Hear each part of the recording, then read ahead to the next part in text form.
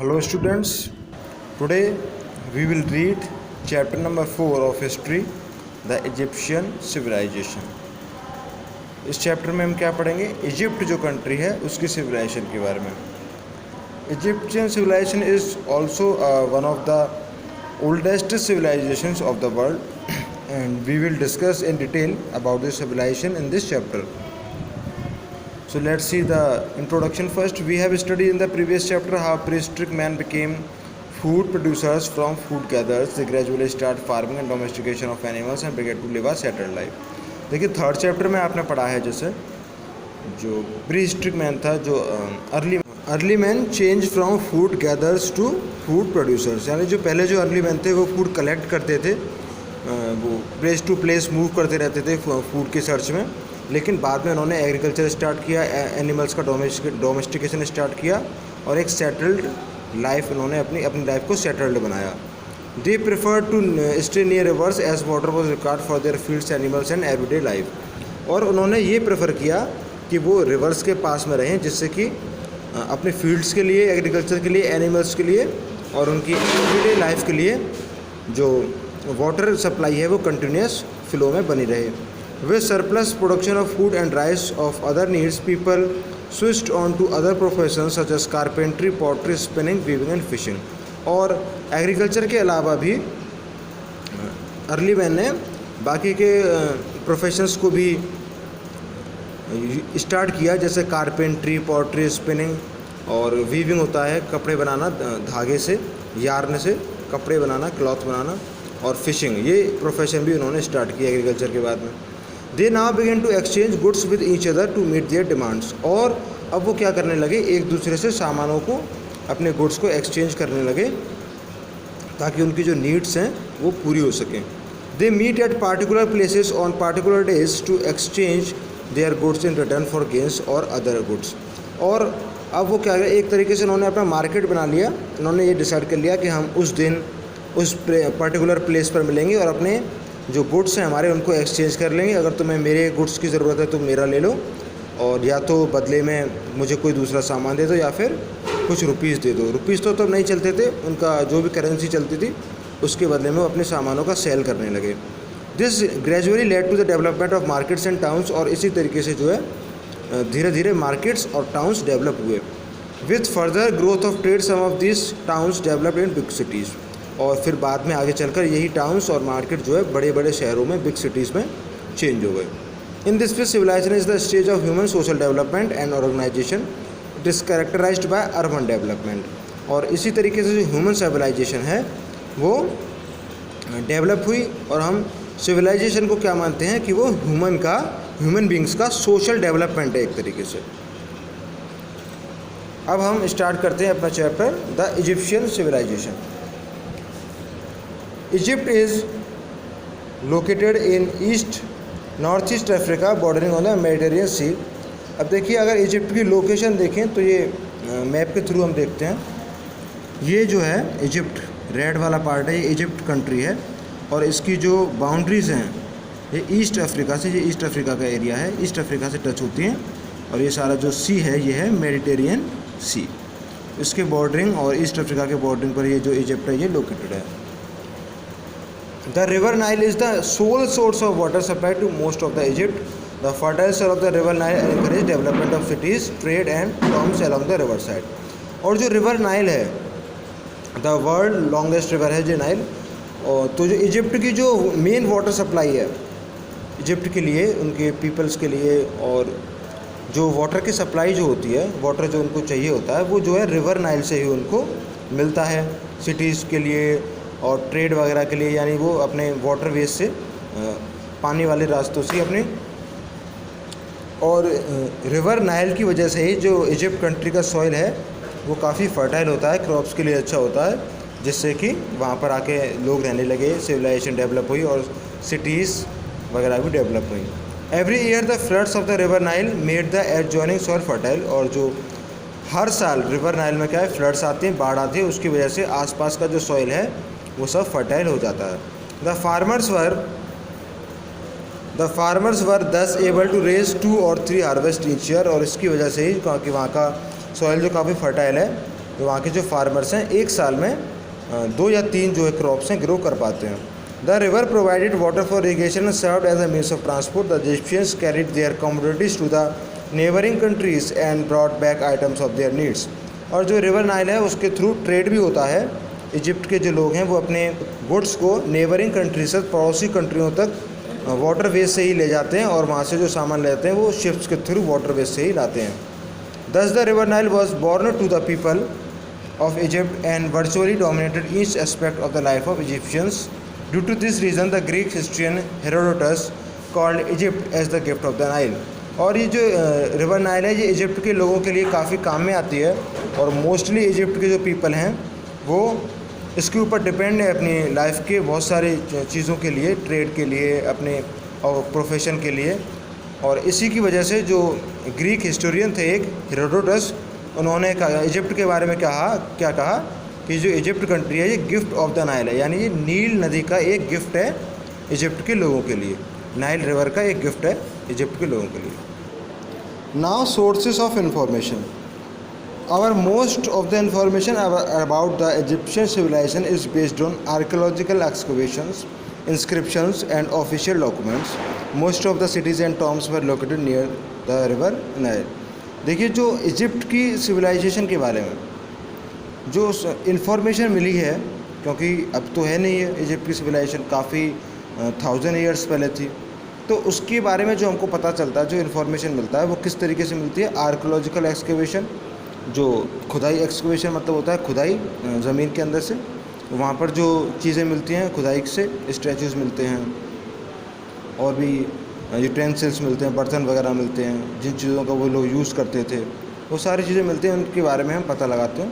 Inscriptions होते हैं किसी पत्थर के ऊपर, और जो राइटिंग होती है किसी स्टोन के ऊपर जो राइटिंग होती है उसको इंस्क्रिप्शंस बोला जाता है। और कुछ ऑफिशियल डॉक्यूमेंट्स भी मिलते हैं जो वो लोग, जैसे कोई ट्रेड रिलेटेड डॉक्यूमेंट हो गए, बिजनेस से रिलेटेड कुछ ऐसे डॉक्यूमेंट्स हो गए, या ऑफिशियल डॉक्यूमेंट्स में जो वहाँ की जो एडमिनिस्ट्रेशन था उससे रिलेटेड कुछ डॉक्यूमेंट्स हो गए। तो ये सारी चीज़ें मिली हैं, इससे वहाँ की जो इन्फॉर्मेशन मिलती है हमें इजिप्ट की सिविलाइजेशन के बारे में। और ज़्यादातर जो सिटीज़ मिली हैं उस सिविलाइजेशन की और जो टॉम्स मिले हैं वो रिवर नाइल के आसपास ही बने हुए हैं। Now history of the Egypt. Egypt की हिस्ट्री के बारे में देखते हैं। The history of the ancient Egypt has been divided into 3 distinct periods. Egypt की हिस्ट्री को 3 पीरियड्स में डिवाइड किया गया है। फर्स्ट है द ओल्ड किंगडम और द पिरामिड एज। ये जो पीरियड है ये 3000 BC से लेकर 2000 BC तक डिवाइड है, यानी 1000 ईयर्स तक ये कंटिन्यू रहा। This period was known for its magnificent stone Tom's called pyramids. और इस पीरियड में जो सबसे इम्पोर्टेंट बात है वो क्या है, डेवलपमेंट ऑफ पिरामिड्स, पिरामिडों का बनना। सेकेंड जो स्टेज है, सेकेंड पीरियड है द मिडिल किंगडम और the age of revival. This period extended from 2000 BC to 1700 BC। ये जो पीरियड है ये 300 ईयर्स का पीरियड है। In the late 18th century BC, Asiatic invaders called Hyksos invaded Egypt and established their rule. और जैसे middle age जब ख़त्म हो रही थी इजिप्ट की सिविलाइजेशन की, 18th century के लास्ट में, 18th century के लास्ट में क्या हुआ, एशिया के रहने वाले कुछ लोगों ने, जिनको क्या कहा जाता था, हिक्सोस, उन्होंने इजिप्ट के ऊपर इन्वेड किया, अटैक किया और वहाँ पर अपना जो है रूल इस्टेब्लिश कर लिया। थर्ड जो पीरियड है द न्यू किंगडम और the age of empire building. Third जो पीरियड है उसको बोला जाता है the new kingdom. This period extended from 1600 BC to 1100 BC। ये 500 ईयर्स तक चला ये पीरियड। और जहाँ पर जो हिक्सोस जो अपना इस्टेब्लिश कर चुके थे रूल, वो थोड़े टाइम तक ही वहाँ पर रह पाए। The Egyptian kings fought bravely and regained their lost empire. और हिक्सोस जो लोग थे उन्होंने वहाँ पर अपना रूल इस्टेब्लिश जो किया था वो ज़्यादा दिनों तक वहाँ पर रूल नहीं कर पाए और वापस से इजिप्ट के जो किंग थे उन्होंने फिर अपने जो एम्पायर को रीगेन कर लिया, वापस से हिक्सोस से जीत लिया। अब देखिए इजिप्शियन सिविलाइजेशन के जो मेन फीचर्स हैं वो अब देखते हैं। सोसाइटी के बारे में जो उनकी मेन चीज़ें थी, the Egyptian society consist of many classes, काफ़ी क्लासेस में डिवाइड थी। The king was called pharaoh. King को क्या कहा जाता था इजिप्ट में, pharaoh. He stood at the top of the social order, और वो सोसाइटी में सबसे टॉप पोजीशन होती थी किंग की। जैसे कि बाकी सोसाइटी में किंग सबसे टॉप ही होता है, उससे ऊपर तो कोई होता नहीं किंग से ऊपर, ऐसे ही इजिप्ट की सोसाइटी में भी था। He was the supreme authority in all political and religious matters. He took all the decisions in administration and was treated on a par with god. और जो किंग होता था उसको ये पावर्स थी कि वो सारे डिसीजंस, चाहे वो रिलीजियस मैटर्स में हो या पॉलिटिकल मैटर्स में हो, सारे डिसीजंस किंग ही लेता था और उसको जो है गॉड के बराबर, भगवान के बराबर माना जाता था। Next in the society was the class of the priest and landed nobles. और जो सेकंड क्लास थी किंग के बाद में सोसाइटी में, वो थे प्रीस्ट, पुजारी वगैरह जो होते थे, और या फिर लैंडेड नोबल्स, मतलब जिनके पास ज़्यादा अपनी ज़मीनें होती थी, काफ़ी लार्ज एरिया होता था जिनके पास ज़मीन का, वो आते थे। Then came the middle class comprising artisans, merchants and free land holders. और इसके बाद मिडिल क्लास आती है, थर्ड क्लास है मिडिल क्लास, जिसमें कि आर्टिसंस होते थे, मर्चेंट होते हैं, बिजनेसमैन, और फ्री लैंड होल्डर्स जिनके पास छोटी छोटी अपनी ज़मीनों की होल्डिंग होती थी, वो थर्ड क्लास में आते थे।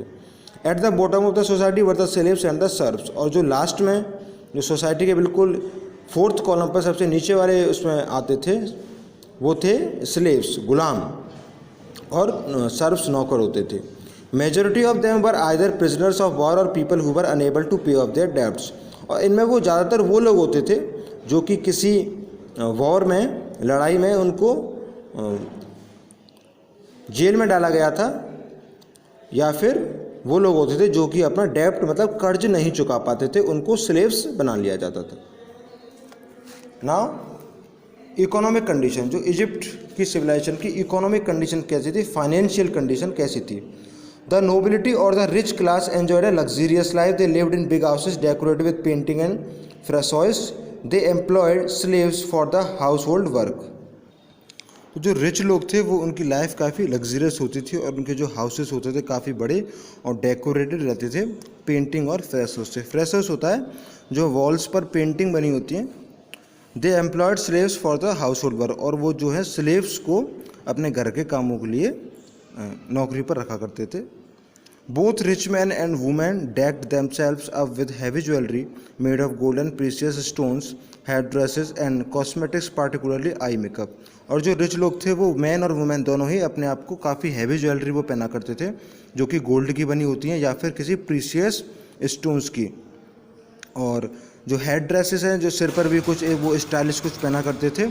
और कॉस्मेटिक्स, और उसमें मेन था कि आई का मेकअप काफ़ी अच्छे से करते थे ये लोग, रिच सोसाइटी के लोग।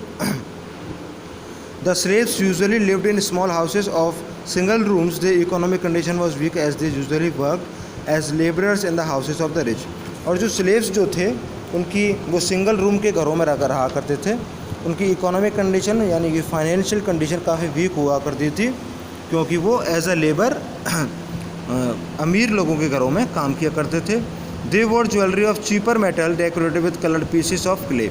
वो लोग भी, स्लेव्स जो होते थे वो भी ज्वेलरी पहना करते थे, लेकिन वो इतने महंगे मेटल की नहीं होती थी, काफ़ी सस्ते मेटल की हुआ करती थी, और जिस पर कि क्ले से वो डिज़ाइन हुआ करती थी, डेकोरेट हुआ करती थी। Now we will discuss about the position of women in the Egyptian civilisation.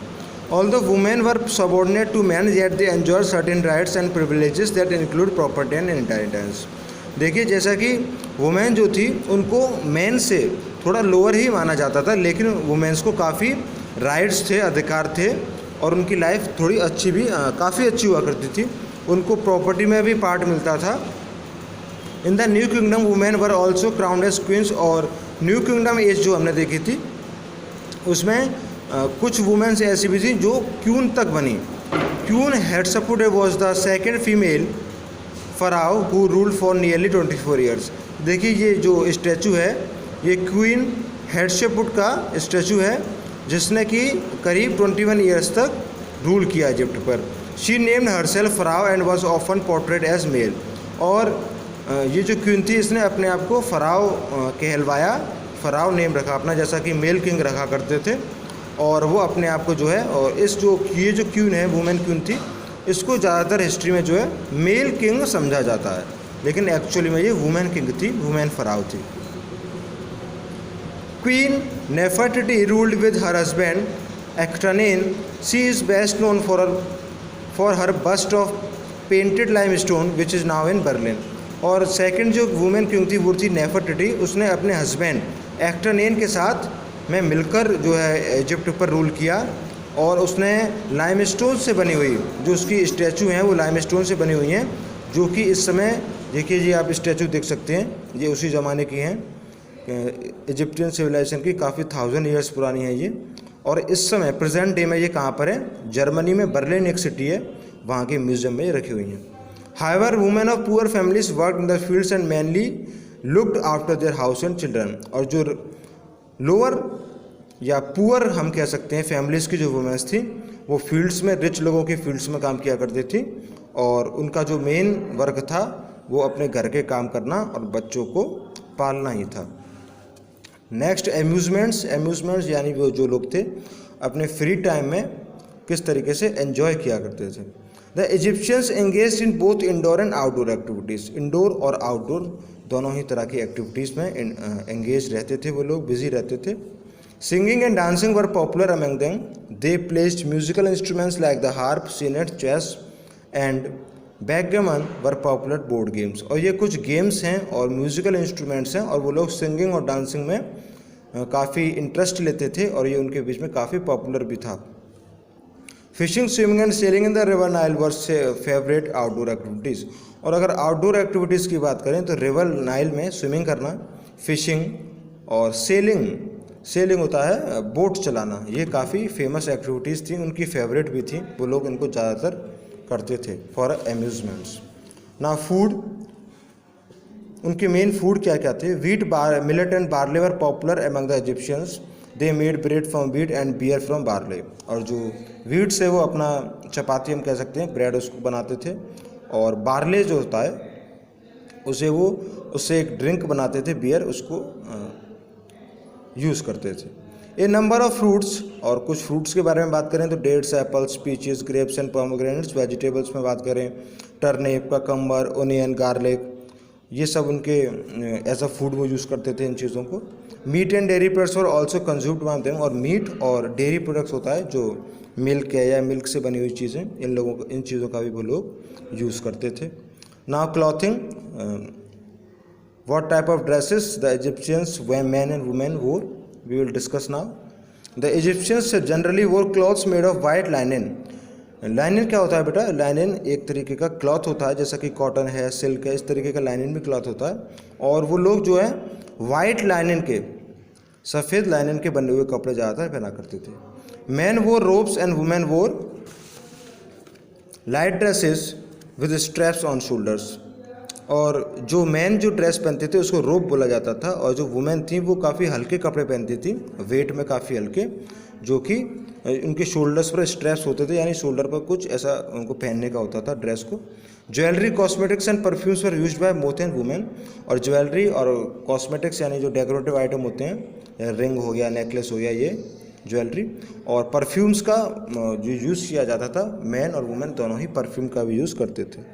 The rich वोर sandals with the poor remains बेयरफुटेड. और जो रिच लोग थे वो अपने पैरों में सैंडल्स वगैरह पहनते थे, लेकिन जो गरीब लोग थे वो नंगे पैर ही रहा करते थे, वो पैरों में कुछ भी नहीं पहनते थे. Now houses. What type of houses are found in Egyptian civilisation, we will discuss in this topic. The houses were generally north facing as it protected them from the hot desert winds. House were made of dried bricks. और जो houses थे उनके जो main gate होता था वो हमेशा वो उसको नॉर्थ की तरफ रखते थे, ताकि क्योंकि इजिप्ट जो है एक डेजर्ट एरिया है, वहाँ पर काफ़ी ज़ोर से हवाएं चलती हैं जो कि अपने साथ धूल को उड़ाकर चलती हैं, और वो नॉर्थ डायरेक्शन से अपोजिट डायरेक्शन में यानी कि साउथ डायरेक्शन की तरफ से आती थी. तो इसलिए वो अपने घरों का जो फेस था उसको नॉर्थ की तरफ रखते थे, ताकि उसको अपने आप को वो इन डेजर्ट विंड से बचा सकें. और जो हाउसेज जो थे वो सूखी हुई ड्राइड ब्रिक्स के बनते थे. The cities had 2 or more 3-story buildings. The rooms were airy and windows were quite high in order to escape the heat of the sun.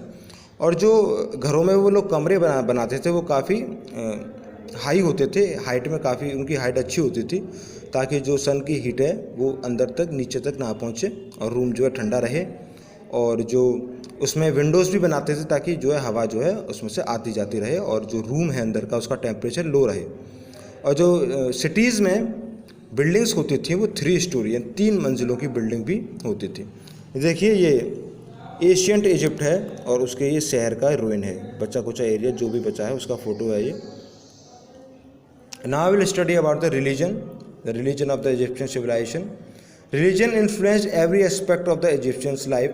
देखिए रिलीजन है जो है वो लोग इसको काफ़ी इंपॉर्टेंस देते थे, रिलीजन को काफ़ी इंपॉर्टेंस देते थे इजिप्शियंस लोग, और ये उनकी रिलीजन जो है उनकी लाइफ के हर पहलू को, हर बात को अफेक्ट डालता था उस पर। सोशल, पॉलिटिकल, इकोनॉमिक, इंटेलेक्चुअल सारी चीज़ों में उनका रिलीजन इंपॉर्टेंस रखता था। Constellations, gods, goddesses, animals and human beings were worshipped by the Egyptians. देखिए भगवान और या फिर देवी देवताओं की पूजा करना, एनिमल्स की और ह्यूमन बींग्स की वो लोग वर्शिप किया करते थे। और एक चीज़ है कॉन्स्टलेशंस। आप जब अगर नाइट में देखेंगे तो कॉन्स्टलेशंस होता है ग्रुप ऑफ स्टार्स जो कोई पैटर्न बना रहा हो। नाइट में आप देखें तो कुछ ग्रुप ऑफ स्टार्स ऐसे होते हैं कि उनको देखकर लगता है ये कोई पैटर्न बना रहे हैं, जैसे 7 बनाया या कोई एनिमल का शेप बन रहा हो स्टार से, तो उसको बोला जाता है कॉन्स्टेलेशंस। तो वो इन कॉन्स्टेलेशंस की भी वर्शिप किया करते थे। और उनके मेन गॉड्स एंड गॉडेसेस के बारे में देखते हैं, जो मेन उनके गॉड कौन से थे। Their chief god was Amun Re और रा द सन गॉड। और जो सन गॉड है उसको वो बोलते थे रा गॉड या फिर अमुन रे। और इसके ये वो जो है उनके चीफ गॉड थे, सबसे मेन गॉड थे। He was responsible for the change of seasons, fertility and happiness. He was the source of warmth and life. और इजिप्शियन सिविलाइजेशन के लोग ये मानते थे कि जो सन गॉड हैं, रा है, वो सीजन्स चेंज करते हैं और सॉइल की जो फर्टिलिटी होती है उसको भी मेंटेन रखते हैं, और सभी की लाइफ में हैप्पीनेस के लिए भी वही सन गॉड जो है सबकी लाइफ में हैप्पीनेस भी देते हैं। और ही was the source of warmth and life. और सन से ही जो है वार्मथ और लाइफ का जनरेशन जो होता है वो सन से ही होता है। ये देखते हैं, आप देख सकते हैं ये स्टैचू है रा गॉड का, सन गॉड का, जो कि इजिप्शियन सिविलाइजेशन से मिला है। And these are some other gods worshipped by the Egyptians. Horus the sky god who was represented by the hawk. और उनका जो गॉड थे होरस, उनको स्काई गॉड आसमानों का भगवान बोलते थे, और उसको रिप्रेजेंट करने के लिए हॉक जो बर्ड होता है वो था। Thought the moon God represented by the bird ibis. Anubis the God of mummification represented by the jackal. ये देखिए ये कुछ हैथोर, ये उनकी किसी देवी की गॉडेस की स्टैचू है। Goddess also had a prominent place in Egyptian religion. और मेल गॉड के साथ साथ फीमेल गॉड्स की भी वो लोग वर्शिप किया करते थे। The main goddess were Hathor, the goddess of joy, love, fertility, music and dance. Isis the goddess of magic, marriage, healing and protection. Maat the goddess of harmony, justice and truth. And Neith the goddess of sky and stars. तो अलग अलग चीज़ों के लिए उन्होंने अलग अलग अपने जो है गॉड और गॉडेसेस की वो लोग वर्शिप किया करते थे। और ये सभी के जो उनके गॉड हैं, मैट है, थॉट, नायथ एंड आइसिस, जो उनके स्टैचूज़ हैं जिनकी वो लोग वर्शिप करते थे। Some of the goddesses had the heads of animals. The goddess Ammit had the head of a crocodile and goddess Heqet had the head of a frog. और कुछ उनके गॉड ऐसे भी हैं जो कि एनिमल्स का उनका हेड हुआ करता था, जैसे कि गॉड एमिट है उनका क्रोकोडाइल का हेड है, और गॉड हैकेट है उनका हेड किसका था, एक फ्रॉग का हेड था। ऐसे स्टैचूस उनके फ्रॉग का हेड वाला स्टैचू, क्रोकोडाइल के हेड वाला स्टैचू, इस तरीके के उनके गॉड्स के स्टैचू थे। Belief in life after death. और जो इजिप्शियंस लोग थे वो ये भी मानते थे कि मरने के बाद भी एक लाइफ होती है, इसको में भी वो बिलीव किया करते थे। The Egyptians strongly believed in a life after death. They believed that the dead lived in a double life on earth and the other in the heaven. Life after death depended on one's conduct on earth. वो लोग ये मानते थे कि जो कोई भी जो ह्यूमन बीइंग है उसकी 2 लाइफ होती हैं, एक तो अर्थ पर, और एक अर्थ पर जब डेथ हो जाती है तो एक हेवन में उसकी दूसरी लाइफ स्टार्ट होती है। और जो हेवन में उसकी जो लाइफ होती है वो कैसी होगी, अच्छी होगी या बुरी होगी, वो इस बात पर डिपेंड होगा कि उसने अर्थ पर रहते हुए अपना जो लाइफ को सर्वाइव किया है वो किस तरीके से किया है। The earthly spirit was suppose to be full of desires of for food and clothing, Therefore, the Egyptians preserved the body of the dead and covered it with spices and herbs and then wrapped it up in a fine linen. Such preserved body was called mummy, and the process of preserving the body for life after death was called mummification. अब वो लोग क्या करते थे कि जब किसी person की डेथ हो जाती थी तो उसकी बॉडी पर एक सॉल्यूशन, स्पाइसेस का बना हुआ कुछ सॉल्यूशन लगाते थे और उसको लाइनिन के कपड़े से पूरा कवर कर देते थे और उसको फिर अर्थ के अंदर बरीड करते थे। और जो इस तरीके की बॉडी है उसको मम्मी बोला जाता था। और इस प्रोसेस को जिसमें वो स्पाइसेस लगा रहे हैं और डेड बॉडी को लाइनिन के क्लॉथ में कवर करते थे उसको मम्मीफिकेशन कहते हैं। द मम्मी वॉज, ये देखिए, you can look at the photo also, it is a photo of mummy. The mummy was then put inside a coffin and buried in a tomb, और उसको linen के कपड़े में cover करने के बाद वो एक कॉफिन में रखकर, ताबूत में रखकर, एक टॉम्ब में, जिसको हम पिरामिड बोलते हैं, पिरामिड देखिए जिस तरीके का होता है पिरामिड, यहाँ पर वो लोग बरीड करते थे। The Egyptians put food, clothing, jewellery, furniture and other articles of everyday use in the tomb. They believed that a person would require them in his life after death. A large number of mummies buried thousands of years ago were found well preserved during excavation in Egypt. और वो लोग ये मानते थे कि मरने के बाद भी जो डेड बॉडी है उसको कपड़ों की, ज्वेलरी की, फर्नीचर की, इन सब चीज़ों की ज़रूरत पड़ेगी, इसलिए वो लोग क्या करते थे, टॉम्ब में डेड बॉडी के साथ में इन सारी चीज़ों को भी बरीड करते थे, अर्थ के अंदर दबाते थे। और जो एक्सकेवेशन में, खुदाई में, जो पुराने ज़माने की 1000 ऑफ ईयर्स पुरानी जो ममीज़ मिली हैं वो अभी भी प्रिजर्व थी। इतने सालों के बाद भी वो उनका ज़्यादा कुछ नहीं बिगड़ पाया था, क्योंकि लाइनिन का क्लॉथ वो लगाते थे और स्पाइसेस का सॉल्यूशन लगाते थे, इसलिए वो काफ़ी प्रिजर्व रही हैं अभी तक वो mummies. Now economy, means of livelihood, यानी वो अपने सर्वाइवल के लिए क्या क्या ऑक्यूपेशंस का यूज़ कौन कौन से ऑक्यूपेशंस को अपनाते थे। Agriculture was the most important occupation of the Egyptians. The Nile water and the fertile soil of the Nile valley provided ideal conditions for farming.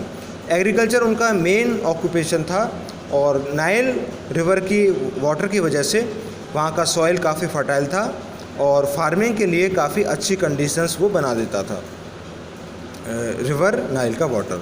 Mining of gold, copper, tins, gems and building material like limestone were another main occupation.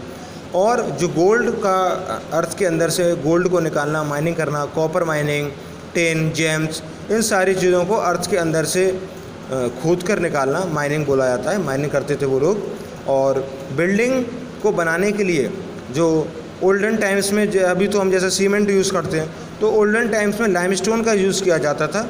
Limestone को चूना पत्थर बोलते हैं और इसका भी वो लोग जो है अर्थ के अंदर से इसको निकाला करते थे, उसकी माइनिंग किया करते थे। People also engage in pottery making, और जो उनकी अदर ऑक्यूपेशंस है वो पॉटरी मेकिंग, मिट्टी के बर्तन बनाना, स्पिनिंग, वीविंग, कपड़े बनाना, कारपेंट्री, ग्लास मेकिंग, फिशिंग, ये कुछ उनके अदर ऑक्यूपेशंस हैं। Egyptian doctors, architects and engineers, artist and sculptors were famous all over the world for their perfection. और जो इजिप्ट के रहने वाले डॉक्टर्स थे, आर्किटेक्ट, जो बिल्डिंग बनाने वाले लोग थे, इंजीनियर्स थे, आर्टिस्ट थे, वो पूरे वर्ल्ड में अपने परफेक्शन के लिए फेमस थे। अब देखिए हम इसमें आगे पिरामिड के बारे में पढ़ेंगे, तो अब इसमें पिरामिड की बात जब करेंगे, ये पिरामिड का फ़ोटो है, ये पिरामिड ऑफ गीज़ा है जो कि वर्ल्ड फेमस है, काफ़ी फेमस है ये। Now trade and commerce, business के बारे में देखते हैं, उन लोगों का बिजनेस मॉडल कैसा था। Internal and external trade were flourished in Egypt both by land and water. वो दोनों ही तरीके के ट्रेड किया करते थे, बिजनेस करते थे। इंटरनल अपनी कंट्री के अंदर भी और फॉरेन कंट्री से भी उनके बिजनेस रिलेशन थे। लैंड और वाटर दोनों ही तरीक़ों से बिजनेस होता था। Overland goods were transported by camels and donkeys while boats and small ships were carried goods along the river Nile. और लैंड पर अगर देखें तो कैमल और डंकीज़ पर वो अपना सामान वन प्लेस से अदर प्लेस पर उसको ले जाते थे, और वाटर के थ्रू अगर बात करें तो शिप्स पर और छोटी छोटी बोट्स पर वो ले जाते थे, रिवर नाइल के थ्रू अपने गुड्स को, सामान को एक जगह से दूसरी जगह। द मेजर आइटम्स और ऑफ एक्सपोर्ट वर ज्वेलरी, और जो लोग वो जो आइटम्स थे जो लोग दूसरी कंट्रीज़ को जो भेजते थे वो थे jewellery, linen cloth and glassware. The main imports, और वो जो ऐसे सामान जो लोग बाहर की कंट्री से वो लोग मंगाते थे वो थे gold, Ivory, elephant teeth, would and oil. Barter system was the prevalent means of exchange of goods, और बार्टर सिस्टम जो था वो तब चलता था। बार्टर सिस्टम में क्या करते थे वो लोग, एक सामान किसी दूसरे को दिया और बदले में उससे एक्सचेंज में कोई दूसरा सामान ले लिया, क्योंकि तब जो है कोई करेंसी नहीं थी, रुपीज़ वगैरह या कुछ और ऐसा नहीं चलता था, तो बार्टर सिस्टम का लोग यूज़ किया करते थे। Now we will discuss about the culture, Egyptian art and architecture. The main contribution of the Egypt to the architecture was the invention of the square block masonry and pyramid design. देखिए, अगर architecture की बात करें तो Egyptian civilization का world एक वो जो मेजर इन्वेंशन था वो था स्क्वायर ब्लॉक, यानी स्क्वायर शेप के ब्लॉक्स, स्टोन्स के ब्लॉक बनाना, और पिरामिड्स की डिज़ाइन, ये जो पिरामिड की ट्रायंगुलर डिज़ाइन होती है इस तरीके की डिज़ाइन बनाना। The Egyptian pyramids are famous for their massive size and geometrical designs. They were build as tombs for Egyptian pharaohs. और जो इजिप्शियंस पिरामिड हैं वो वर्ल्ड फेमस थे अपनी ज्योमेट्रिकल डिज़ाइंस के लिए और अपने लार्ज साइज के लिए। और जो इजिप्शियंस पिरामिड को इसलिए बनाया जाता था कि जो इजिप्शियन फराउस थे, जो किंग थे, उनकी डेड बॉडी को वहाँ पर बरीड किया जा सके, दफनाया जा सके। The great pyramid of Cheops Khufu at Giza was built by pharaoh Cheops. It is one of the 7 wonders of the Asian world. ये देखिए, पिरामिड ऑफ गीज़ा जो है ये किसने बनवाया था, ये बनवाया था किंग चोप्स ने, और उसका अदर नेम खुफू भी है। और ये जो पिरामिड ऑफ गीज़ा है ये एशियन वर्ल्ड के 7 वंडर्स में, जो बोलते हैं ना 7 अजूबे, उनमें से एक ये है। काफ़ी फेमस बिल्डिंग है ये पूरे वर्ल्ड में। The sphinx is also one of the largest specimen of Egyptian sculpture. It is an impressive statue with the head of a human at the body of a lion. The lion body is a symbol of power and courage of a ruler. It is carved out of a single block of stone. It is located near the pyramid of Giza in the middle of the desert sands. अब देखिए, pyramid of Giza के पास में एक famous statue है जिसका name है sphinx, वो भी गीज़ा सिटी में ही है। और ये जो स्फिंक्स स्टैचू है इसका आप फोटो देखिए, ये है स्फिंक्स जो कि गीज़ा में है। ये एक बहुत बड़े स्टोन का बनाया गया है, बहुत सारे स्टोन्स को जोड़कर इसको नहीं बनाया है, एक सिंगल लार्ज स्टोन से इसको कार्व करके बनाया गया है। और इसकी स्पेशलिटी ये है कि ये जो इसकी बॉडी है ये लायन की बॉडी की शेप में है, और जो इसका हेड वाला पार्ट है वो ह्यूमन बीइंग का पार्ट है। और ये इस चीज़ को बताता है कि जो किंग की जो पावर है वो लायन के बराबर होती है। The Egyptians architects were also famous for their beautiful temples. The temples of Amun-Re at Karnak is famous for its hall of columns, which has 136 columns arranged in 16 rows. और जो उनके sun god थे रा, उनको depict करते हुए एक famous temples जो कि कहाँ पर है, कार्नक, ये प्लेस का नेम है कार्नक, वहाँ पर बनाया गया है सन गॉड का टेम्पल। और ये इसमें 136 कॉलम्स हैं जो कि 16 रोज़ में अरेंज हैं। ये भी काफ़ी लार्ज टेम्पल है और काफ़ी वर्ल्ड फेमस भी है।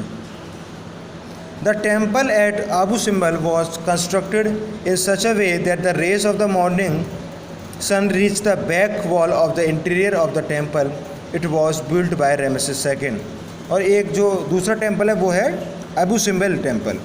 इसकी जो स्पेशलिटी है वो ये है कि जो सबसे पहले मॉर्निंग में जो सनरेज आती हैं वो इसकी फ्रंट से, तो फ्रंट जो डायरेक्शन है उस पर तो आती ही हैं, तो सबसे पीछे की जो इसकी वॉल है टेम्पल की, काफ़ी बड़ा टेम्पल है, सबसे पीछे की जो वॉल है वहाँ तक भी वो सनरेज मॉर्निंग में ही पहुँचती हैं। और इसको किसने बनाया था, रामेसेस II किंग ने बनाया था। Now will discuss about the literature. Egyptian literature was religious in nature. जो इजिप्शियन की लिटरेचर है, जो उनकी बुक्स हैं, वो नेचर में काफ़ी रिलीजियस, यानी वो रिलीजियस बुक्स पर ज़्यादा लिखी उन लोगों ने। It was either in the form of praise to the gods and pharaohs और in the form of instructions for the guidance of departed souls. जो उनकी लिटरेचर है वो मेनली 2 उसमें इम्पॉर्टेंट बातें हैं, या तो वो उसमें भगवान की, गॉड की तारीफ़ भी कर रहे हैं, उनकी प्रेयर कर रहे हैं या फिर फ़राओ की, अपने किंग की। और जो सेकंड जो बुक्स हैं वो उस टाइप की हैं कि उसमें जो डिपार्टेड सोल्स हैं, जो लोग मर गए हैं, उनकी आत्माओं को दूसरे वर्ल्ड में, हेवन में जाकर किस तरीके से रहना है, इस बारे में उनकी बुक्स में, उनकी लिटरेचर में इंस्ट्रक्शंस लिखे हुए हैं। There were 2 groups of religious writings. अब रिलीजियस राइटिंग्स को हमने उसमें 2 ग्रुप्स में डिवाइड किया गया। The book of the dead which consist of papyrus rolls found in the terms of ordinary people. एक तो हैं जो पेपिरस एक ट्री होता है उसकी लीव्स पर लिखा गया है, और उसमें जो ऑर्डिनरी पीपल थे, जो कॉमन पीपल्स थे, वो उनके टर्म्स में मिलती हैं इस तरीके के टेक्स्ट। और उसमें ये लिखा होता है टेक्स्ट में कि उनको आफ्टर लाइफ जो है किस तरीके से अपना जो लाइफ है हेवन में जाकर किस तरीके से फॉलो करनी है, किस तरीके से रहना है वहाँ पर। और जो सेकंड टाइप की जो बुक्स हैं वो हैं the coffin text which consist of writings inscribed on the coffins of the nobles and Kings. जो सेकंड जो टेक्स्ट हैं, जो लिटरेचर है उनकी, जो नोबल लोग थे, बड़े बड़े रिच लोग थे, प्रीस्ट थे, और या फिर जो किंग थे, उनके टर्म्स पर ऊपर की तरफ जो है इंस्क्राइब्ड हैं, वो लिखी हुई हैं राइटिंग्स। तो 2 तरीके के टेक्स्ट हो गए, एक तो उन कॉमन पीपल के टर्म्स में मिलते हैं, और दूसरा रिच या फिर फ़राओ के, किंग्स के टर्म्स में मिलता है। और उनमें यही बातें लिखी होती हैं कि आफ्टर लाइफ जो है, जो लाइफ होगी, लाइफ आफ्टर डेथ जो होगी, उसको किस तरीके से उन लोगों को जीना है। Poems, songs and stories and dramas were also written in the praise of gods and pharaohs. और किंग के लिए और गॉड की प्रेज में उनकी तारीफ़ें करते हुए पोएम्स भी मिलती हैं इजिप्ट की लिटरेचर में, सॉन्ग्स, स्टोरीज और ड्रामास भी, प्लेस भी मिलते हैं। राइटिंग्स, अब लिटरेचर में हम पहले देखते हैं writings. The Egyptians were one of the earliest people to evolve writing system, evolve system of writing. जो इजिप्शियंस जो पीपल थे, जो लोग थे, उन्होंने सबसे पहले जो राइटिंग का एक अपना सिस्टम बनाया। They develop a flexible form of writing called the hieroglyphics. देखिए ये जो सिस्टम है राइटिंग का, इसको नेम दिया गया है हायरोग्लाइफिक्स। इस तरीके से जो उनकी राइटिंग की फ़ोटो है, जैसे हम लिखते हैं राइटिंग, या तो इंग्लिश में लिखते हैं या हिंदी में लिखते हैं, तो ये जो इजिप्शियन लोग थे, इजिप्शियन सिविलाइजेशन की राइटिंग का फॉर्म है, इस तरीके से वो लोग कुछ लिखा करते थे। और sacred writing in which signs, pictures and symbols were used to represent words and to convey ideas. The script was written from right to left. और वो जो लोग लिखते थे वो किसी साइन के फॉर्म में या किसी पिक्चर के फॉर्म में अपने वर्ड्स को कहा करते थे। जैसा कि आप देख सकते हैं ये किसी बर्ड की पिक्चर लग रही है, तो ये उनकी राइटिंग का, लिखने का तरीका था, और वो राइट टू लेफ्ट लिखा करते थे। An abbreviated system of writing was also used by the merchant class. It was called demotic and was like the shorthand writing. और किसी वर्ड को या किसी एक सेंटेंस को शॉर्ट तरीके से एक वर्ड में लिख देना, इसको बोला जाता है एब्रीविएटेड सिस्टम ऑफ राइटिंग, और उसको इजिप्शियन सिविलाइजेशन में कहा जाता है डेमोटिक। ये जो डेमोटिक फॉर्म था राइटिंग का, इसको मर्चेंट, बिजनेस वाले जो लोग थे वो यूज़ किया करते थे। Later it was also adopted by the other classes of the people, और बाद में इसको बाकी के जो क्लासेस थे, या मिडिल क्लास या अपर क्लास, वो भी इस राइटिंग के फॉर्म को यूज़ करने लगे। Initially writing was done on stone walls and clay tablets. Later the Egyptians started making paper from the pith of the papyrus plant. Ink was made from vegetable gum and soot. A pointed seed was used as a point. देखिए starting में जो वो लोग लिखते थे वो पत्थरों की दीवार पर, स्टोन वॉल्स पर लिखते थे, या फिर क्ले टैबलेट्स पर, मिट्टी के कुछ ऐसा ब्रिक फॉर्म का बनाया उस पर लिखा करते थे। लेकिन बाद में उन्होंने पेपरस प्लांट से, एक प्लांट होता है पेपरस, उसके पिथ से पेपर बनाना स्टार्ट किया, उसके रिमेनिंग पार्ट से पेपर बनाना स्टार्ट किया और उस पर लिखने लगे। और इंक के फॉर्म में वो लोग जो थे वेजिटेबल गम का यूज़ करते थे, और एज अ पेन के लिए वो लोग क्या करते थे, सीड का यूज़ करते थे। सीड को वेजिटेबल से बने हुए, वेजिटेबल गम से बने हुए इंक में डिप कर और वो लोग पेपरस प्लांट से बने हुए पेपर पर लिखा करते थे। Learning, the Egyptians made significant contributions to mathematics, medicine and astronomy.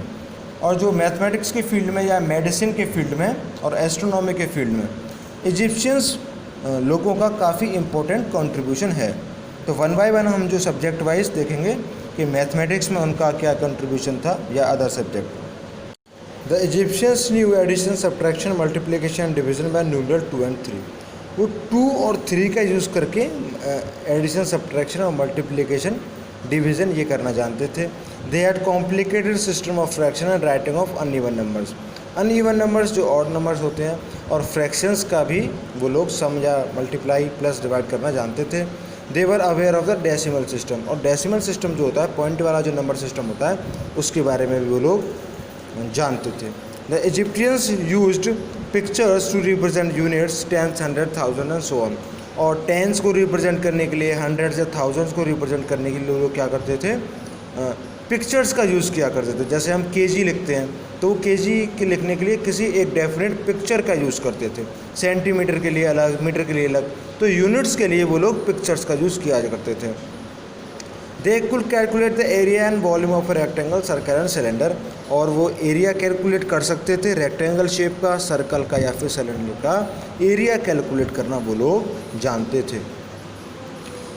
They use their knowledge of mathematics in the construction of massive pyramids, survey of the lands and calculation of taxes. और यही जो उनकी mathematics की knowledge थी, इस mathematics की knowledge का उन्होंने अपने इतने बड़े बड़े मैसिव पिरामिड्स को बनाने में और लैंड्स के सर्वे में, लैंड्स का सर्वे मतलब कि कितना लैंड है, किसके पास कितनी एरिया लैंड है, ये कैलकुलेट करने में। और जो किंग जो थे, लोगों से टैक्सेस को कि किससे कितना टैक्सेस लेना है, इन सब के कैलकुलेशन में अपनी मैथमेटिकल नॉलेज का यूज़ करते थे। Now second is medicine. The Egyptians had a sound knowledge of human anatomy. Human anatomy मतलब ह्यूमन बॉडी के बारे में उनको काफ़ी कुछ नॉलेज थी। They classified the disease and injuries into 2 various categories and knew how to cure them. और उन्होंने ह्यूमंस को होने वाली डिजीज़ को 2 कैटेगरी में डिवाइड कर रखा था, और वो उनको किस तरीके से उनको क्योर करना है, किस तरीके से ट्रीट करना है, उनको ये भी जानते थे। They also study temperature, pulse rate, kidneys and the bowel movements. और बॉडी के टेम्परेचर को मेज़र करना, पल्स रेट को मेज़र करना, किडनीज़ के डिजीज़ को क्योर करना, और बावल मूवमेंट्स यानी डाइजेस्टिव सिस्टम के बारे में भी वो लोग काफ़ी कुछ जानते थे। उनको उनकी इन चीज़ों से रिलेटेड डिजीज़ को भी ट्रीट करना जानते थे। A papyrus roll dated 1600 BC is one of the oldest treatises on medicine. It contains a detailed account of 48 medicinal cases under different headings such as diagnosis, examination, prognosis and treatment. However, the knowledge of chemistry was limited. और एक paper roll मिला, papyrus, जैसा कि मैंने बताया था writing वो papyrus tree plant पे लीव्स पर करते थे। तो एक जो पेपर रोल मिला है एक्सकेवेशन में, उसमें 48 मेडिसिन्स के बारे में लिखा है, और डिफरेंट जो टर्म्स होते हैं मेडिकल फील्ड में, जैसे कि डायग्नोसिस करना, किसी डिजीज़ के बारे में पता लगाना, फिर उसका ट्रीटमेंट करना, ये सब चीज़ की जो नॉलेज है, जो डिटेल्ड अकाउंट यानी सब कुछ उसका उस पेपरस रोल में डिटेल में लिखा हुआ है कि किस तरीके से किस इंजरी को या डिजीज़ को पहचानना है और उसमें कौन सी मेडिसिन देने से वो ठीक हो जाती है। लेकिन जो केमिस्ट्री के बारे में जो उनकी नॉलेज थी वो इतनी ज़्यादा नहीं थी। Next was astronomy. The Egyptians were the first people to work out a system of method of recording time on the basis of solar year. The solar year had 365 days with about 12 months of 30 days each and 5 feast days at the end of the year. जो अभी हमने year को, आप जैसा कि जानते हैं year में 365 डेज़ होते हैं। इसकी जो स्टार्टिंग हुई थी यानी टाइम को एक टाइम पीरियड में बांधना, कैलकुलेट करना, डिवाइड करना, इसकी जो स्टार्टिंग हुई थी वो इजिप्शियंस पीपल ने ही की थी। उन्होंने एक कंप्लीट ईयर को 365 डेज़ में डिवाइड किया, जिसमें कि 12 मंथ्स होते थे और हर मंथ में 30 days, each month carry 30 days and 5 feast. और क्योंकि अगर 12 का मल्टीप्लाई 3 से 30 से करेंगे तो 360 डेज़ हुए, तो बाकी के जो 5 डेज़ हैं, remaining 5 days are calculated as feast days at the end of the year. They counted their years with the appearance of the star Sirius in the eastern sky. They also noted that the appearance of the star Sirius coincided with the annual flood of the river Nile. The average period between 2 floods of the Nile was also 365 days. अब देखिए इन्होंने जो year को 365 days में जो divide किया, इसका idea उन्हें कहाँ से मिला, कैसे कर पाए वो लोग। तो एक जो स्टार था ईस्ट स्काई में, एक स्टार निकलता था, उसका नाम रखा उन्होंने सीरियस। तो उन्होंने ये नोट किया, ये ऑब्ज़र्व किया कि जब भी ये स्टार हमको दिखाई देने लगता है तभी क्या होता है, नाइल रिवर में फ्लड आती है, बाढ़ आती है। और ऐसा जो होता है वो हमेशा 365 डेज़ के बाद में ही होता है। तो इस तरीके से उन्होंने 1 ईयर को 365 डेज़ में डिवाइड कर लिया, यानी एक बार फ्लड आई और जब नेक्स्ट टाइम जब फ्लड नाइल रिवर में आएगी तो उसके बीच में जो टाइम पीरियड होगा वो 365 डेज़ का होगा और तभी हमको सीरियस जो है स्टार है वो दिखाई देने लगेगा स्काई में।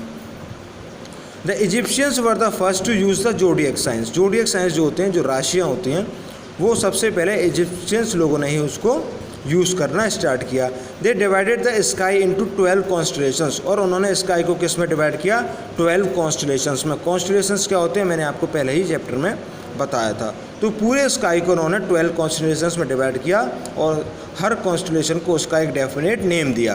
दे also invented the water clock in 1400 BC। This clock could tell time during the night. और उन्होंने एक वाटर क्लॉक, जैसा कि आप डायग्राम में भी देख सकते हैं पिक्चर में, ये वाटर क्लॉक का उन्होंने इन्वेंशन किया 1400 BC ईयर में। और ये नाइट के टाइम पर बता सकती थी कि उस टाइम नाइट का अगर कोई टाइम चल रहा है तो उस समय कितना टाइम हो रहा है। ये सिर्फ नाइट के टाइम पर ही वर्क करती थी। नेक्स्ट इज़ द एजुकेशन, और उनके एजुकेशन सिस्टम के बारे में डिस्कस करते हैं। How was their education system? The Egyptians are credited to have developed one of the earliest school system. Egyptians के बारे में ये माना जाता है कि उन्होंने सबसे पहले वर्ल्ड में स्कूल सिस्टम्स को डेवलप कर लिया था। स्कूल चलाना वहाँ पर उन्होंने स्टार्ट कर दिया था। The education system was supervised by the government. The students were first sent to schools built in temples. और जो एजुकेशन सिस्टम था उसको जो कंट्रोल करती थी वो करती थी गवर्नमेंट, जो किंग थे। और सबसे पहले जो बच्चे थे वो उन्होंने स्कूल जाना किया किस में, टेम्पल्स में। After graduation from schools they were brought advance courses conducted by the state officials. और टेम्पल्स स्कूल्स में जिनकी एजुकेशन ख़त्म होने के बाद उनको कहाँ पर भेजा जाता था, स्टेट ऑफिशियल्स के पास, जो गवर्नमेंट के या किंग के अंडर में जो बड़े बड़े ऑफिशियल्स वर्क करते थे। स्टूडेंट्स को स्कूल ख़त्म होने के बाद, उनके स्कूल ईयर्स को पास करने के बाद उनको उन स्टेट ऑफिशियल्स के बाद हायर एजुकेशन के लिए भेजा जाता था। Further the students practice under an official to understand the practical aspects of his profession. Commerce and politics were the main subjects taught in schools. और वो जो स्टेट ऑफिशियल्स थे वो उनको मेनली 2 सब्जेक्ट्स में परफेक्ट करते थे स्टूडेंट्स को, उनको सिखाते थे, कॉमर्स और पॉलिटिक्स, यानी कि जो फाइनेंशियल चीज़ों का किस तरीके से हमको डिटेल्ड अकाउंट रखना है, और पॉलिटिक्स में ये 2 मेन सब्जेक्ट थे जिसमें कि स्टूडेंट्स पढ़ा करते थे। Decline of the Egyptian civilisation. अब इस टॉपिक में बेटा हम डिस्कस करेंगे कि जो डिक्लाइन हुआ इजिप्शियन सिविलाइजेशन का वो किस तरीके से हुआ। How the decline of the Egyptian civilisation takes place. We will discuss about the downfall of this civilisation. With the death of Ramesses III, the last great pharaoh of the new kingdom, the Egyptian civilisation began to decline. देखिए जो last के जो main king थे उनके वो थे Ramesses III, और उनकी डेथ के साथ ही इजिप्शियन सिविलाइजेशन का जो है डाउनफॉल होना स्टार्ट हो गया। The priests and the nobles rebelled and began fighting among themselves for the throne. This weakened the empire internally and paved the way for the external invasions. और जो जैसे ही Ramesses III king की death हुई, जो priest थे, जो पुजारी थे और जो रिच लोग थे, उन्होंने किंग बनने के लिए एक दूसरे से फाइट करना स्टार्ट कर दिया। और इसकी वजह से जो एम्पायर था काफ़ी वीक हो गया, और इसकी वजह से ही वीक एम्पायर के ऊपर बाहर से जो अटैक होने स्टार्ट हो गए, दूसरी कंट्रीज़ ने अटैक करना स्टार्ट कर दिया। Egypt was invaded by the Babylonians, the Assyrians, the Persians and the Romans. Alexander the great of Macedonia, Greece invaded Egypt in 332 BC and founded the city of Alexandria in the Nile delta. और देखिए Babylonians, एसिरियंस, the Persians, ये जो लोग थे इन सब ने ही Egypt पर attack किया। और 332 BC में Alexander the great attacked the Egypt and won it and founded the major city of Alexandria in the delta of Nile River. The Egyptian civilization made valuable contributions in the field of art, architecture, medicine, mathematics and astronomy. Egyptian civilization ने इन सभी fields में architecture, medicine में, mathematics, इन सब में ही काफ़ी important contribution जो है world के लिए किया। काफ़ी न्यू चीज़ों का उन्होंने इन्वेंशन किया। The Egyptians also developed a system of writing and scientific calendar, और कैलेंडर की बात हो पूरे ईयर को मंथ्स में या डेज़ में डिवाइड करना, और राइटिंग का एक सिस्टम भी उन्होंने डेवलप किया। The Greeks, the Hebrews and the Phoenicians were greatly influenced by the Egyptian civilization. और जो ग्रीक जो लोग थे, हिब्रूज थे, फिनोशियंस थे, ये सभी जो सिविलाइजेशंस थी इन्होंने इजिप्शियन सिविलाइजेशन से काफ़ी इफ़ेक्ट पड़ा, इन पर इन्फ्लुएंस्ड हुए, और इन्हीं के सभी सिस्टम्स को, इजिप्शियन सिविलाइजेशन के सभी इन्वेंशंस को इन्होंने भी अडेप्ट किया और उनका यूज़ स्टार्ट किया। Now our chapter is finished. I hope you have understood the 10th chapter, and we will now discuss about the book exercises. First are MCQs. In Egypt, Pharaoh stood for, Egypt में फ़राव को क्या बोलते थे? King, यानी king को pharaoh बोलते थे। The head of the family was, family का हेड कौन होता था? Father. Women were crowned as rulers in the new kingdom. जो मिडिल एज न्यू किंगडम जो था, 3 पीरियड्स में डिवाइड किया हमने इजिप्ट सिविलाइजेशन को, उसमें जो न्यू किंगडम एज थी उसमें वुमेन्स को जो है रूलर्स बनाया गया। The popular indoor games of the Egyptians, जो इंडोर गेम्स थे वो कौन से थे? Chess, senet, backgammon. तो ये सारे ही सही आंसर हैं। The clothes of the Egyptians were generally made of, जो उनके क्लॉथ्स थे वो किसके बने होते थे? लैनिन के। द चीफ गॉड, उनका जो चीफ गॉड थे वो कौन से? Sun god. उनको क्या बोलते थे? एमुन-री या फिर Ra. The temple of Karnak is famous, जो टेम्पल है करनाक पर वो किस लिए फेमस था? हॉल ऑफ कॉलम्स, कॉलम्स के वहाँ पर हॉल बने हुए थे इसलिए। द इजिप्ट्स न्यू, इजिप्ट को क्या क्या आता था इजिप्शियंस लोगों को? एडिशन आते थे, सब्ट्रैक्शन भी, मल्टीप्लिकेशन, डिवीजन भी। तो बोथ एंड BC है, A and B are right answer. Solar year, solar year में कितने डेज़ में डिवाइड किया था उन्होंने? 365 डेज़ में। The Egyptians had the little knowledge, जो उनको इन सब्जेक्ट्स में से किस सब्जेक्ट की नॉलेज सबसे कम थी? तो वो थी chemistry. Now true and false. The Egyptians prefer to live near the, वो लोग जो है इजिप्शियंस लोग जो थे वो रिवर नाइल, रिवर के पास में रहना पसंद करते थे। True. In a civilization we witness development in technology, art and literature, in सभी फील्ड्स में डेवलपमेंट होता है किसी भी सिविलाइजेशन में। Yes, true. China is called the gift of the Nile, no, false. The gift of the Nile is Egypt.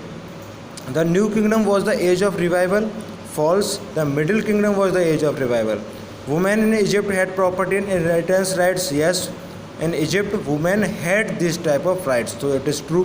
The Egyptians did not believe in life after death, it is false, because the Egyptians strongly believed in life after death. Now fill in the blanks.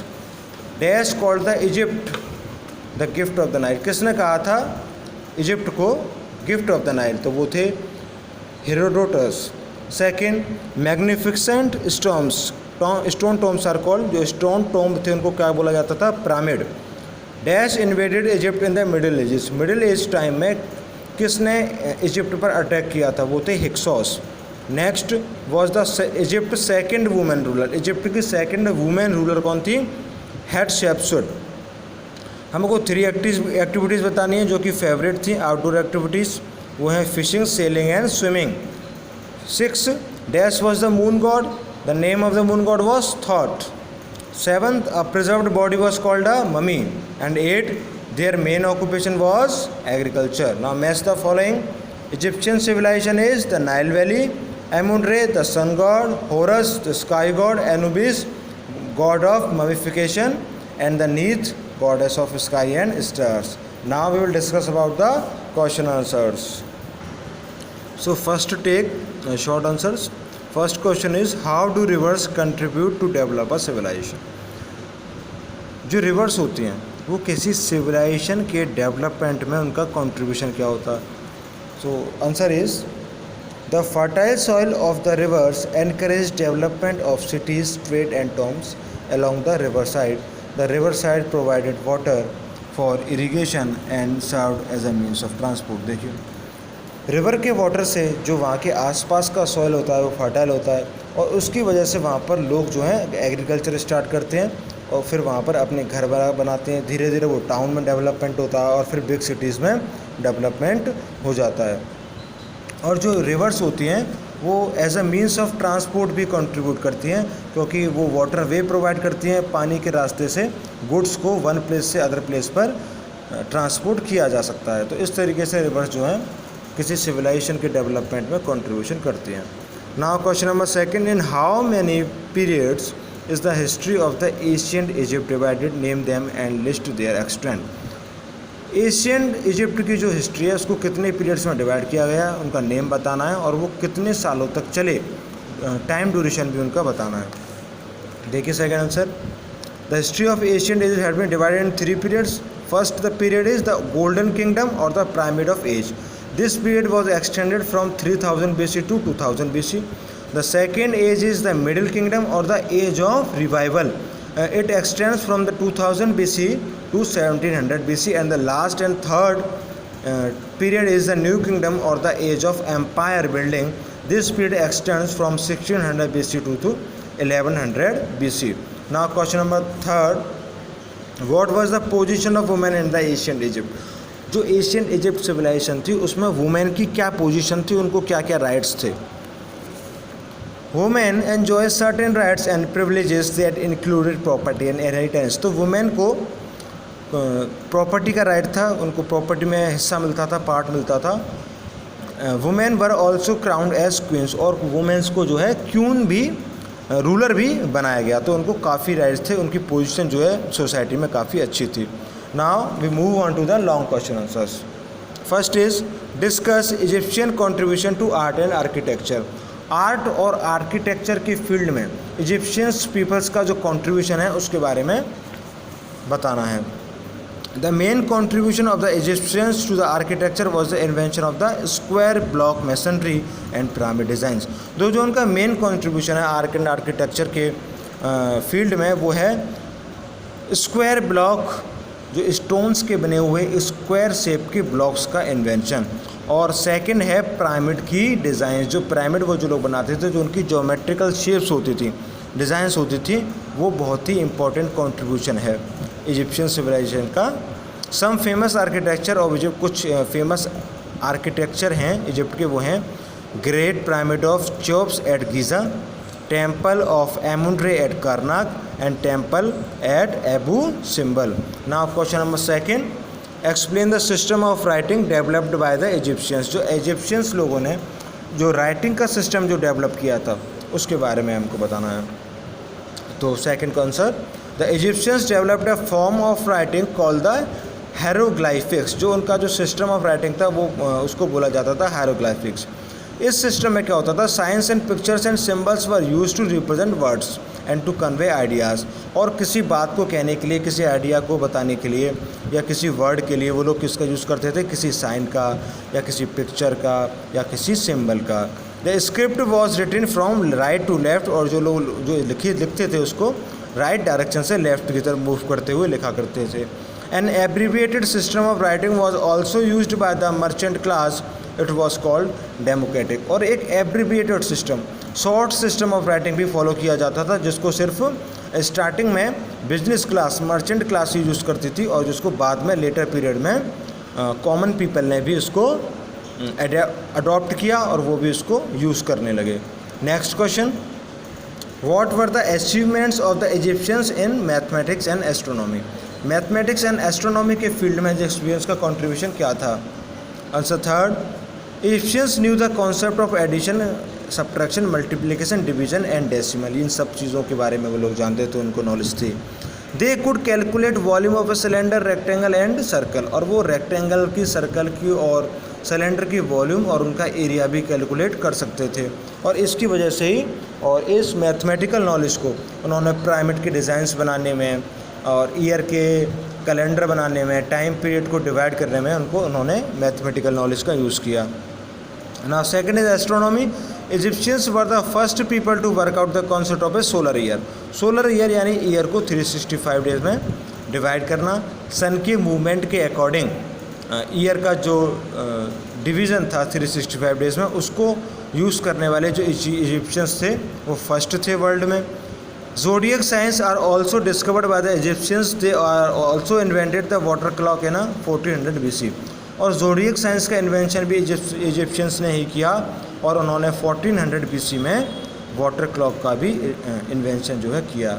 Now question number 4, what led to the decline of the Egyptian civilisation. जो Egyptian civilisation थी उसका decline कैसे हुआ, downfall कैसे हुआ, वो ख़त्म कैसे हुई। तो आंसर है Egypt was invaded by the Babylonians, the Assyrians, the Martians and the Persians and the Roman Alexander the great invaded the Egypt in 332 BC।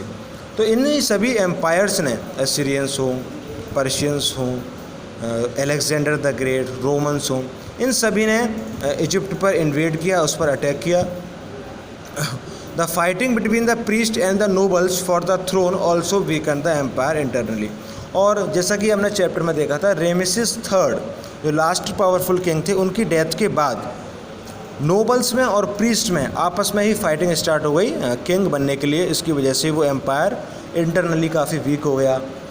The third point is the above invasions and internal weakness of the empire led to the decline. और इन्हीं दोनों point की वजह से, यही दो main point हैं, एक तो इन्वेजन्स डिफरेंट एम्पायर्स के, और जो इंटरनल वीकनेस थी उसकी वजह से इजिप्शियन सिविलाइजेशन का जो है डाउनफॉल हुआ। So I hope students you have understood the chapter very well, and we have also discussed about the book exercise and question answers. So I hope you will score good marks in the upcoming test. Thank you. So students, before starting the chapter, let's take an overview of this chapter, the Egyptian civilization of class 6.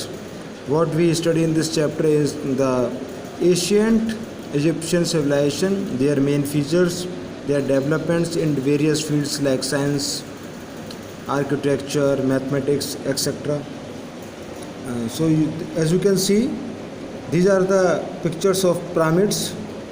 और वो जो pyramids होते हैं वो इसलिए बनाते थे Egyptian लोग, और ये अभी बताएंगे पिरामिड के बारे में। देखिए ये नाइल रिवर है, और जो इजिप्शियन जो सिविलाइजेशन थी वो नाइल रिवर के बैंक्स पर, इसके किनारों पर ही डेवलप हुई थी।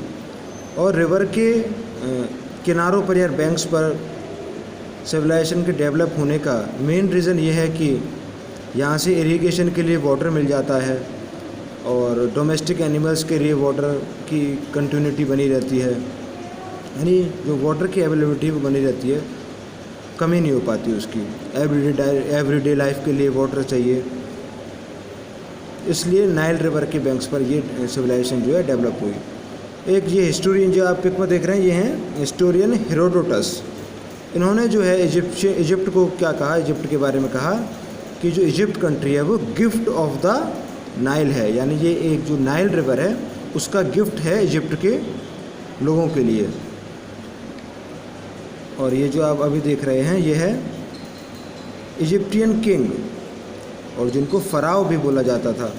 इजिप्टियन किंग को फ़राओ कहते थे। उनकी अभी फ़ोटो आपने देखी, इस तरीके के जो क्लॉथ्स वगैरह हैं वो लोग पहनते थे। और ये कुछ स्टैचूज़ हैं जो कि एक्सकेवेशन में इजिप्शियन सिविलाइजेशन से मिले हैं, और ये काफ़ी ओल्ड होते हैं, अराउंड 2000 to 3000 ईयर्स ओल्ड। ये सभी जो स्टैचूज़ आप देख रहे हैं ये इजिप्शियन सिविलाइजेशन से ही एक्सकेवेशंस में मिले हैं।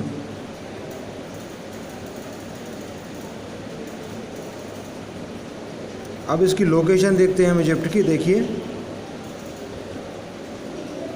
ये जो लोकेशन आपको दिखाई दे रही है इजिप्ट, आप देख सकते हैं क्लियरली मैप में दिखा रहे हैं, इजिप्ट लिखा भी हुआ है। और ये रेड कलर का जो पार्ट अभी हाईलाइट हुआ ये अपर इजिप्ट है, इजिप्ट का ऊपर वाला पार्ट, और इसके पास में जो ओशन था वो था मेडिटेरेनियन ओशन। और ये स्टैचूज़ हैं फ़राओ किंग के, और ये देखिए ये सील्स हैं, और ये जो सील है ये आप देख रहे हैं ये 3100 ईयर ओल्ड है। इस पर कुछ पिक्चर्स के फॉर्म में राइटिंग भी है, और जो पिक्चर्स के फॉर्म में right to left Egyptian writing होती थी उसको हायरोग्लाइफिक बोला जाता था। और ये इसमें जो ओशियन जा रहा है इजिप्ट के पास ये है मेडिटेरेनियन ओशियन, और जो ब्लू कलर का एरिया है ये अफ्रीका का एरिया है।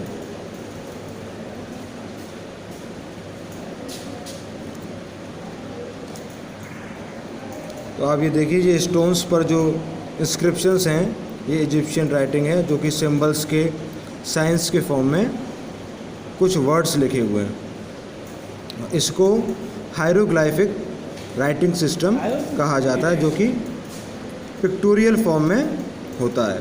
वो जो लोग अपने आइडियाज़ को पिक्टोरियल फॉर्म में रिप्रेजेंट करते थे, और उनकी जो राइटिंग का वे था हायरोग्लाइफिक सिस्टम इसको बोला जाता था। ये राइट टू लेफ़्ट लिखा करते थे, राइट से स्टार्ट कर लेफ़्ट में एंडिंग होती थी इनकी पेजेस की। और ये पेपरस एक प्लांट होता है, उससे बनाए हुए पेपर्स पर, पेपरस प्लांट के पेपर्स पर, उस पर लिखते थे।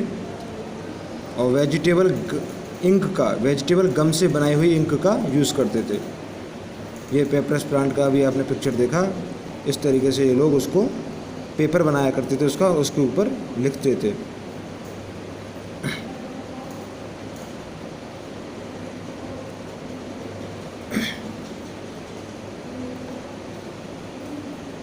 अब देखिए मेडिसिनल अगर बात करें तो मेडिसिन के फील्ड में भी इजिप्शियन जो सिविलाइजेशन थी काफ़ी डेवलप थी।